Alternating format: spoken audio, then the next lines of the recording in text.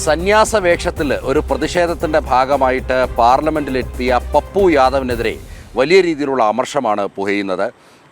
സന്യാസ വേഷം അല്ലെങ്കിൽ കാഷായ വേഷം എന്ന് പറയുന്നത് അങ്ങനെ സാധാരണക്കാർക്ക് ഉപയോഗിക്കാൻ കഴിയുന്ന വേഷമല്ല. ആ വേഷത്തിനൊരു പവിത്രതയുണ്ട്. എന്നാൽ ആ പവിത്രത അല്ലെങ്കിൽ അതിൻ്റെ ആദർശമൊക്കെ തന്നെ നഷ്ടപ്പെടുത്തുന്ന രീതിയിൽ രാഷ്ട്രീയ നാടകത്തിനായി ഈ കാഷായ വേഷത്തെ ഉപയോഗിക്കുകയായിരുന്നു പപ്പു യാദവ് എന്നുള്ളതാണ്. പ്രതിഷേധം കനക്കുകയാണ്. സന്യാസ വേഷത്തിലെ പപ്പു യാദവിൻ്റെ പാർലമെൻറ്റിലെ പ്രതിഷേധത്തിനെതിരെ കേസെടുത്തിരിക്കുകയാണ് പോലീസ്.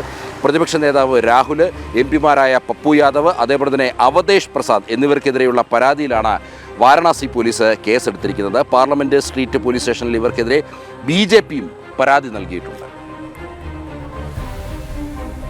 കഴിഞ്ഞ ദിവസമാണ് പാർലമെന്റിന് മുന്നിൽ കാവിയണിഞ്ഞ് സന്യാസി വേഷത്തിൽ പപ്പു യാദവ് പ്രതിഷേധം നടത്തിയത്. അയോധ്യ സംഭാവന തട്ടിപ്പ് വിഷയത്തിലായിരുന്നു പപ്പു യാദവിന്റെ പ്രതിഷേധം.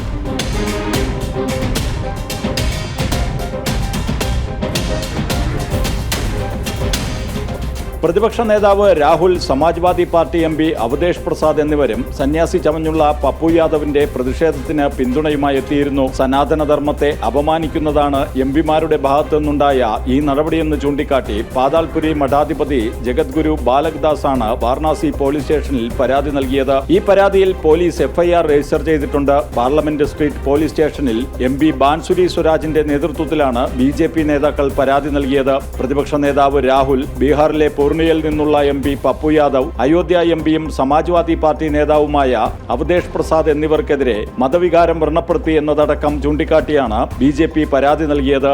ജനം, ഡൽഹി.